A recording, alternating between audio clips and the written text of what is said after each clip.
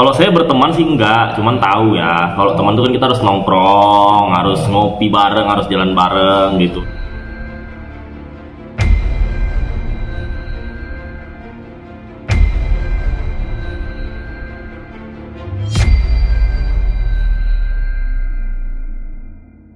Tuh, cuman karena kita di entertainment tuh circle-nya pasti kecil ya kan, itu mulu tuh, jadi circle-nya dia itu circle-nya saya gitu. Terus ya namanya kita satu circle, terus dia agak happening gitu kan, jadi banyaklah omongan positif negatif ke kuping saya ini nyampe gitu. Jadi kalau dibilang temenan enggak sih gitu. Tapi apa Mas yang kamu tahu gitu sejauh ini mengenai Bilar sendiri? Ya palingnya itu ya yang udah saya ungkapkan di media, dia dulu seperti apa, dulu masih figuran, mobilnya udah BMW, nyicil sih ya saya taunya orangnya. Jadi itu sempat jadi perbincangan di kalangan model-model yang masih casting gitu, model-model yang masih casting iklan, masih audisi, itu sempat ngomong ke saya, ada tuh namanya si RB gitu kan. Baru sih masih figuran tapi kok udah punya mobil BMW gitu, itu duitnya dari mana, itu sih sempat jadi perbincangan dulu. Itu hanya perbincangan aja atau memang ada yang melihat buktinya? Itu perbincangan tapi memang benar dia punya BMW. I mean dapatnya dari mana kayak gitu-gitu? Dari model-model yang casting, yang satu audisi sama dia gitu. Terus mengenai kabar dia juga simpenan lah apalah, menjual diri online segala macam itu. Itu justru saya taunya banyak yang cerita, dan kalau yang jual diri online itu saya taunya dari media, kalau yang foto itu ya. Foto itu tapi nggak dari media pun, itu omongan-omongan orang banyak ke saya gitu waktu dia belum terkenal gitu. Jadi kalau saya ngeliat langsung sih nggak pernah gitu. Oke, hidupnya beliau juga memang hype dari dulu apa? Dari dulu, karena dari dulu udah punya BMW dia mah. Belum jadi peran utama gitu. Itu sempat jadi perbincangan gitu. Ada juga bahwa dia tuh menurut di media-media juga bahwa dia memang sebelum menikah juga saat dulu ingin ketemu perempuan selalu meminjam mobil mewah-mewah. Iya, itu saya dengar juga.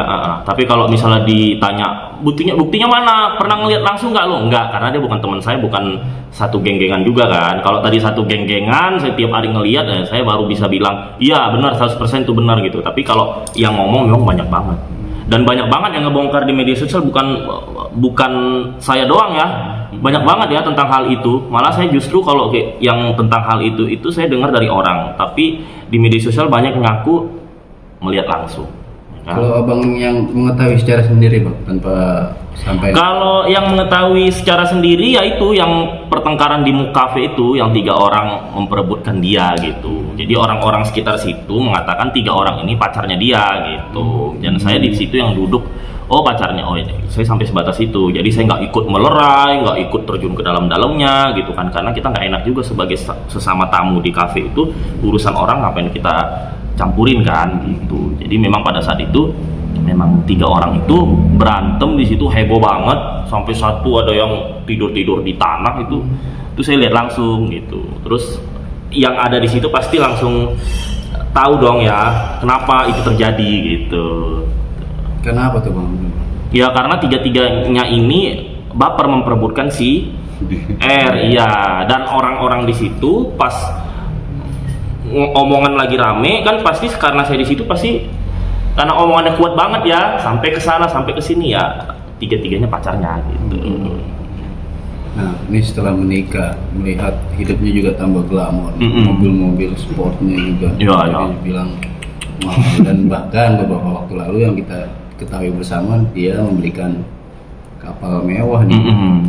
Itu segitu banyakkah? Benerkah? Enggak, kalau gue nggak percaya. Sebagai orang entertainment, gue udah tahu menakar honor artis kelas A, B, C kita, terus total kekayaannya sesama orang entertainment, kita udah bisa menebak lah kalau kelas A segini, kelas B segini, kelas C segini gitu kan. Apalagi Jakarta mahal banget, udah pasti itu kita harus bayar pajak juga, bayar cicilan, bayar biaya hidup. Jadi kalau dibersihkan itu harta ini ono ya, kalau feeling saya lebih dari 2M, 3M nggak ada itu harta.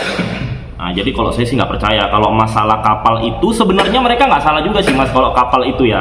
Jadi kan kalau di setiap negara lah, mau di negara manapun, nggak Indonesia doang sih.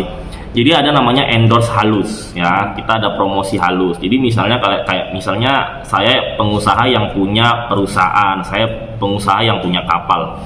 itu kan supaya masyarakat mau beli atau tahu ada produk itu di negara kita kan harus booking artis sebagai promotor, sebagai icon gitu ya kan. Jadi contohnya kalau misalnya ada pengusaha punya restoran, punya kapal, pasti artis itu ada tanda tangan kontraknya, ada perjanjiannya gitu.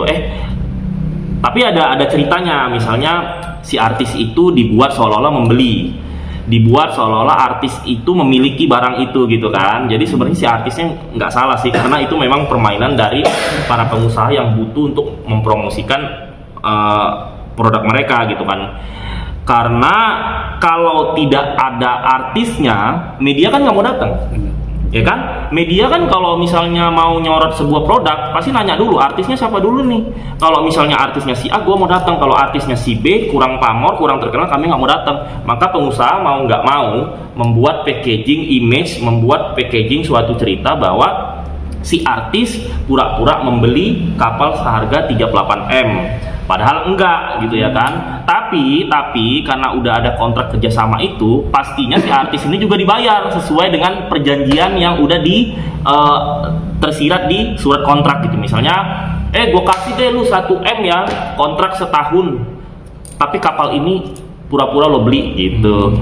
Gue kasih deh kontrak 500 juta setahun ya, tapi dalam setahun ini lo harus akui kalau restoran ini punya lo begitu. Jadi sebenarnya kalau masalah itu RB nggak salah gitu, karena itu kan memang kerja kan, tapi kasihan masyarakatnya yang dibohong-bohongin gitu aja sih gitu. Makanya saya muncul ke media sosial bahwa supaya masyarakat nggak terlalu baper dengan kekayaan halu yang dipamerkan public figure, karena kan kasihan mas, orang miskin kalau di daerah melihat yang mewah-mewah di TV, mereka tuh nelan ludah loh, sampai ya Allah kenapa aku miskin banget. Kan itu kan pengaruh sama psikisnya orang-orang miskin di daerah. Sebenarnya nggak boleh ya, tapi karena itu ajang promo dari pengusaha dan artis, ya udah. That's why saya datang ke media sosial itu untuk membongkar kehaluan gitu. Saya ngasih tahu ke masyarakat, kalian jangan baper banget kalau nonton hal-hal begini. Itu semua ada settingannya, ada ceritanya, dan ada tujuannya gitu. Jadi yang menarik Rizky, artis-artis kan juga ada grade-nya dan ada sekian bayaran. Rizky itu termasuk grade yang berapa sih, dan biasanya C. Nominalnya biasanya berapa sih kalau? Biasanya dia stasiun TV cerita ke saya itu kemarin 25 juta 2 acara kemarin. Tapi di acara satunya lagi dia 7,5 juta per episode. Banding nggak sih dengan apa yang dia punya saat ini? Enggak sih, enggak. Kecuali yang punya Raffi Ahmad. Raffi Ahmad kan artis 20 tahun, Inul artis 20 tahun ya kan, punya mobil mewah 4, masuk akal ya. Kalau lebih nggak masuk akal juga sih gitu. Tapi kalau kayak R ini punya mobil mewah 2 masih masuk akal, tapi nyicil. Tapi kalau lebih dari 2 udah nggak masuk akal.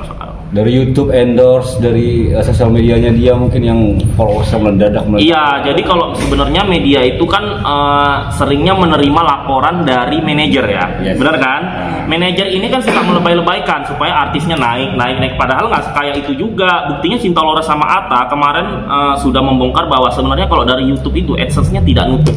Malah itu mereka kebanyakan rugi untuk membayar karyawan, sewa alat, terus belum lagi kalau syutingnya keluar kota mereka butuh sewa hotelnya, mereka butuh makan untuk karyawannya, mereka operasional buat bensin dan mobilnya, belum lagi nanti kalau misalnya lagi mau pamer mobil mewah itu nyewa lagi, bayar lagi itu di rental gitu. Nah jadi sebenarnya kalau di total itu AdSense YouTube-nya paling cuman untungnya 10% dari modal dah itu. Bahkan Cinta Laura sama Atta itu ngaku di podcast rugi kan. Kemarin udah nonton pasti kalian semua kan gitu. Jadi sebenarnya faktanya seperti itu. Cuman manajer-manajer artis ini kan suka menebar kehaluan supaya artisnya rate-nya naik gitu. Tapi sebenarnya nggak salah juga sih, karena memang artis itu sama manajer artis kan cari makannya di image. Kalau image mereka murah maka bayaran mereka murah. Tapi kalau image mereka bangun tinggi walaupun mereka banyak nombok, maka honor juga tinggi gitu. Jadi ada plus minusnya juga sih. Mereka harus melakukan itu juga karena tuntutan entertainment, dan nggak harus melakukan itu juga supaya masyarakat itu nggak nelan ludah melihat kemewahan halu mereka gitu. Abang mengetahui Rizky Bilar sendiri RW ini dari sebelum dia menikah sampai dengan kejadian terakhir itu. Kenapa sih baru sekarang ngomong seperti ini gitu? Maksudnya menyampaikan ke teman-teman di karena gini ya, netizen ini kan kalau sudah ngefans itu nggak akan percaya apapun benarnya kita, Mas. Jadi percuma juga kan gitu. Tapi sebelum saya membongkar ini, udah banyak ternyata seleb-seleb TikTok, Instagram sudah membongkar ini semua yang beberapa gitu. Cuman mungkin mereka nggak nyebut nama, pakai inisial karena takut terjerat hukum merekanya gitu kan gitu. Tapi kan masyarakat udah tahu ini buat siapa, dibully merekanya gitu. Jadi ya udahlah gitu, bukan urusan kita juga. Ya udah makan lo deh netizen gitu, pasti kayak gitu kan. Padahal tujuan mereka dan kami itu adalah memberikan kebenaran. Mau sampai kapan masyarakat Indonesia dibodoh-bodohi dengan kekayaan halu si para public figure kan gitu. Mengenai tabiatnya RB ini yang kasar katanya, itu udah tahu belum sih dari dulu, dari orang-orang lah? Kalau dari orang-orang iya, tapi pada saat 2 kali saya ketemu, diam aja sih, diam-diaman. Jadi kan kalau di manajemen artis itu kita ada perkumpulan, misalnya manajer saya, teman manajernya dia, terus kita diajak makan, kita di meja manajemen artis kita sendiri, mereka di manajemen artis mereka sendiri, yang ngobrol ya antar manajer. Kalau kita ngobrolnya antar teman-teman kita kan, kalau yang beda manajemen artis kita nggak peduli. Tapi karena saya udah hafal sama dia gara-gara kasus di pertengkaran di kafe, jadi saya ingat gitu kan, saya tipe orang yang nggak pelupa gitu loh. Ini kan yang kemarin ada kasus itu, jadi mau nggak mau ya fokusnya ke dia, karena yang lain saya nggak kenal gitu ya kan. Abang juga sempat dibantah nih Bang dengan salah satu mami online juga kan. Katanya omongan abang tuh halusinasi aja Bang. Ya intinya orang tidak akan berani berkata kalau misalnya nggak benar, karena kan semua ada resiko, ada konsekuensinya gitu kan. Jadi biar aja kalau ada si A, si B, si C ngomongin saya halu, udah kita fokus aja ke kasusnya si Lesti gitu kan. Karena kan sekarang udah sampai ke tahap penyelidikan ya gitu. Jadi biar aja kalau misalnya ada yang nyerang saya dari sana sini, ya I don't care lah. Yang penting L for Lesti, L for love ya kan. Karena saya menyarankan masyarakat Indonesia, kita itu harusnya mendukung korban, bukan pelaku. Memang sih si R belum ditetapkan sebagai tersangka, tapi apapun ceritanya kita harus pro ke pelaku dulu gitu. Nanti masalah si R tidak jadi tersangka, ya udah berarti kita akan memberikan maaf gitu ya kan. Tapi itu kan nanti ya kan, karena kita itu kalau udah laporan polisi Mas, si pelapor kan nggak mungkin ngelaporin kronologis palsu. Pasti kan pengacaranya si L udah tahu, oh ini kalau kita ngelaporin orang palsu kita bisa kena ancaman hukuman pelaporan palsu 7 tahun. Jadi nggak mungkin gitu, apalagi polisi udah menggagaskan bahwa kronologisnya itu seperti ini loh, penyelidikannya seperti ini, visumnya seperti ini gitu. Jadi ada baiknya kita fokus dulu ke membela korban, baru nanti kalau misalnya pelaku ternyata tidak terbukti, baru kita akan pecah lagi dua nih, pro kedua-duanya gitu kan. Tapi jangan juga kita mendukung pelaku, itu salah, karena mau sampai kapan kriminalitas di Indonesia selesai gitu ya kan. Karena kita nggak mau juga kan di dunia Indonesia dengan kriminalitas nomor 1 di dunia, nggak mau juga gitu kan. Jadi ya itu sih saran saya gitu. Kak, tapi kuasa hukum sempat membantah juga, katanya ada keterangan yang dilebih-lebihkan oleh Lesti. Gimana komentar Kak sendiri? Ya seperti tadi, kalau si Lesti udah memberikan kronologis di polisi, saya pikir si pengacara siapa Mas Lesti? Sandi Arif ya, ya.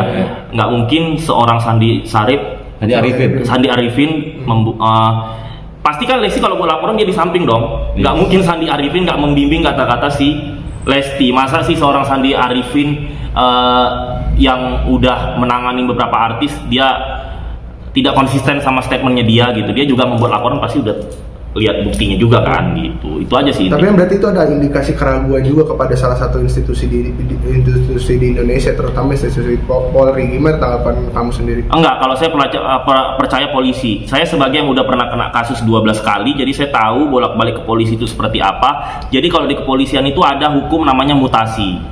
Mutasi kalau mereka tahanan mereka lepas, kalau mereka salah dalam menangani kasus, ternyata mereka semena-mena memenjarakan orang, itu mereka akan kena kasus hukum mutasi. Nah, jadi dia akan dipindahkan jauh dari keluarganya ke daerah. Nah, saya tahu banget para pak polisi pasti udah pinter banget dengan pendidikan mereka, dan pasti pak polisi udah tahu banget apa yang mereka lakukan, dan pasti polisi tidak akan mau dimutasi intinya. Jadi pasti kalau polisi itu berstatement, pasti dia udah mikir 1000 kali lipat sebelum dia mengeluarkan statementnya dia gitu. Tapi keluarga masih terus membela nih. Apakah menurut kamu tuh, di mata kamu tuh bijak nggak sih mungkin dari keluarga sendiri terus membela, bukannya mungkin banyak juga netizen yang menyarankan udah minta maaf aja atau seperti apa? Orang panik kan pasti berkor-kor, Mas. Ya kan? Pihak korban aja belum berkor-kor gitu kan. Karena panik jadi ya berkor-kor gitu aja sih. Sampai terakhir beliau juga mengaku bahwa si Bilar hampir rugi pasca ini 400 miliar. Ih, jangankan 400M, 3M aja saya nggak percaya dia punya. Saya mah jujur aja, nggak mungkin itu Mas. 400M memang duit jatuh dari langit. Apa yang bikin abang nggak percaya? Iya kan tadi saya jelasin bahwa public figure itu kalau kelas A, kelas B, kelas C kita udah tahu berapa duit yang masuk ke dia, honornya ke TV berapa, pengusaha apa yang akan mengontrak dia untuk memberikan duit, nggak sembarangan. Mas, 400M lu katanya Gal Gadot aja artis dunia, hartanya saya cek cuma 450 miliar. Lah ini jangan kamu mendekatin Gal Gadot, 1/10-nya harta Gal Gadot aja nggak mungkin, Mas.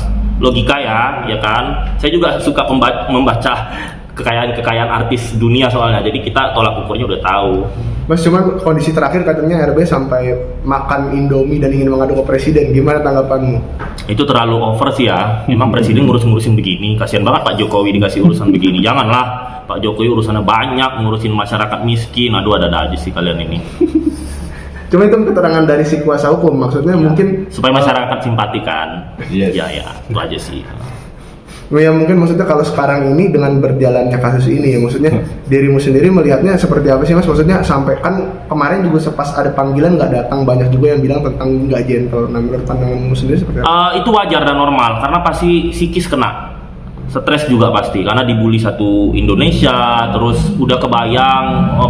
Kita nggak tahu ya dia bakal pakai baju oranye atau enggak, tapi Hotman Paris udah bilang ya bakal kena ya tadi ya. Iya. Jadi orang tuh Mas kalau udah kebayang pakai baju oranye itu kalau bisa lubang semut pun dimasukin.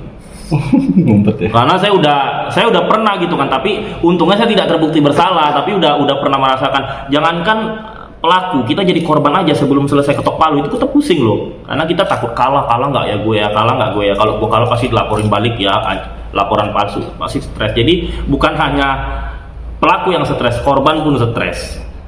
Sempat ada juga komennya Rizky Bilar tuh yang kosok tahu apa segala, baca nggak sih? Itu gimana tuh berarti dia? Itu fansnya yang ngefans banget sama dia, menyolah-olahkan kalau dia masih berkegiatan, padahal itu kan komen lama.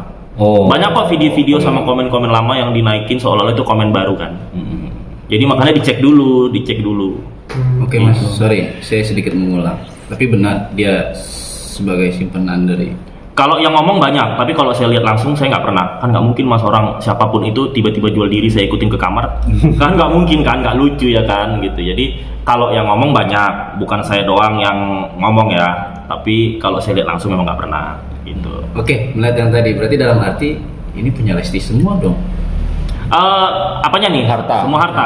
75% ya, pastilah. Kita Masuk kan rumah. Iya pasti. Setahu saya Lesti kan punya 3 rumah ya. Dua atas nama Lesti tapi masih KPR. Ya nggak apa-apa sih, anak sekecil itu udah punya rumah 2 walaupun KPR hebat kan, KPR kan mahal juga kan Mas. Terus kalau yang sekarang kontrak kan, Terus tapi saya yakin dari job-job yang kita lihat banyakan siapa, pasti 75% lah Lesti sih gitu.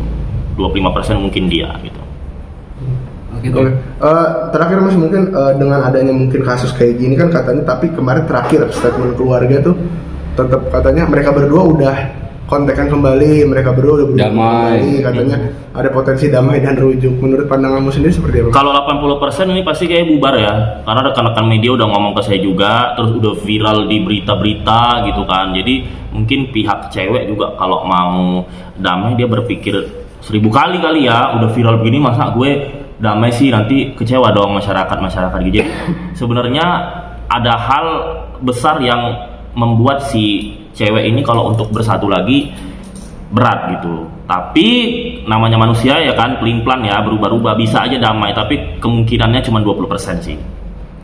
Oke, mungkin terakhir pesan dirimu untuk RB, apa suruh datang ke pemeriksaan dong atau seperti apa Mas Satria? Ya intinya kalau kamu benar jangan takut, datang aja klarifikasi ya kan, karena kalau misalnya kamu nggak datang kelihatan banget salahnya gitu. Dan saran saya kalau mau kasus ini cepat selesai, cepat aja klarifikasi, karena semakin ditunda akan semakin lama tingkat stres kita sebagai yang akan ditetapkan sebagai tersangka itu akan semakin lama, karena kan seminggu, 2 minggu, 3 minggu yang harusnya kita udah selesai seminggu 2 minggu jadi lama lagi gitu kan. Jadi kalau saran saya klarifikasi aja secepatnya, terus jalani kalau memang dihukum, terus nanti kalau udah keluar ya refresh diri gitu, jangan sombong lagi gitu aja sih. Oke Bang, terakhir dari saya, banyak netizen juga bertanya-tanya, abang ini temennya, mantan temennya, atau siapa sih Bang? Kok abang bisa banyak tahu tentang Bilar? Bukan tentang dia doang saya tahu, semua artis saya tahu 80%, cuman yang viral yang ini gitu. Kalian mau siapa yang mau dibongkar aibnya?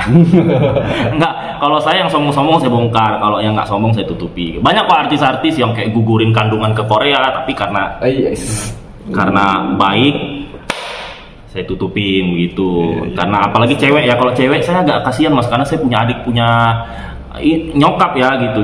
Jadi kalian jangan kepedean kalau dia doang yang gue sentil. Banyak sebenarnya, cuman yang sombong-sombong memang rata-rata gue buka, yang baik-baik saya tutup gitu. Jadi untuk penegasan temennya Bilar apa udah mantannya temennya Bilar sih?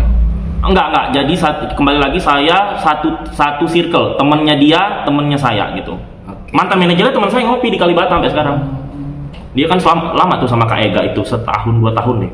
Bahkan dulu dia syuting di Cinema SCTV waktu masih figuran, nggak figuran juga sih, peran pembantu sih ya. Itu Kak Ega yang dapetin beberapa episode, 5-10 episode. Itu honornya 1,250 deh pertama. 2016 ke bawah. 2017 ke bawah masih sama Kak Ega itu dia. Dulu kan dia satu manajemen sama Rija, sama si RB, terus si Haris juga ya, nah gitu. Terus satu lagi ada Dede sih udah hilang, nggak tahu kemana. Nah manajernya ini temen deket saya banget, ngopi, jadi pasti tahu gitu. Salah satunya manajer temen dekatnya saya adalah si manajer ini. Tapi kalian cari dia, namanya Ega di Kalibata sana. Dia banyak tahu tuh tentang, tapi dia orangnya kalem, jadi dia nggak mau buka apapun itu gitu. Oke, terakhir abang sebut pansos nih. Pansos, sebenarnya kalau ngatain saya pansos tuh orang bodoh ya Mas ya. Karena gini loh, kita hidup di negara dengan penduduk 264 juta jiwa, yang namanya ada seorang tokoh public figure kena masalah, baik itu positif ataupun itu negatif, kita nggak bisa nutup mulut 264 juta penduduk ini. Jadi bukan hanya di Indonesia, di Amerika, di India, Cina, ketika ada tokoh melakukan hal-hal positif atau negatif, kita nggak bisa masyarakat yang membuka mulutnya ini pansos, nggak bisa gitu. Emang kalian mau negara nggak maju-maju, tidak ada kritisisasi di dunia kita, di negara kita? Nggak bisa. Jadi kalau misalnya ada suatu hal terjadi, tiba-tiba yang speak up disebut pansos, itu yang bilang pansos itu orang bodoh. Karena kalau nggak speak up, masa semua ditutupi? Ya kan Mas. Terus nanti misalnya Pak Jokowi melakukan kesalahan, terus ada yang komen bilang pantas juga, ya nggak bisa dong. Gimana pemerintah mau refresh diri? Nggak bisa gitu. Apalagi artis yang derajatnya di bawah pemerintah, ya haruslah kita kritisisasi kan gitu. Oke, thank you nih Bang. Ya. Mantap.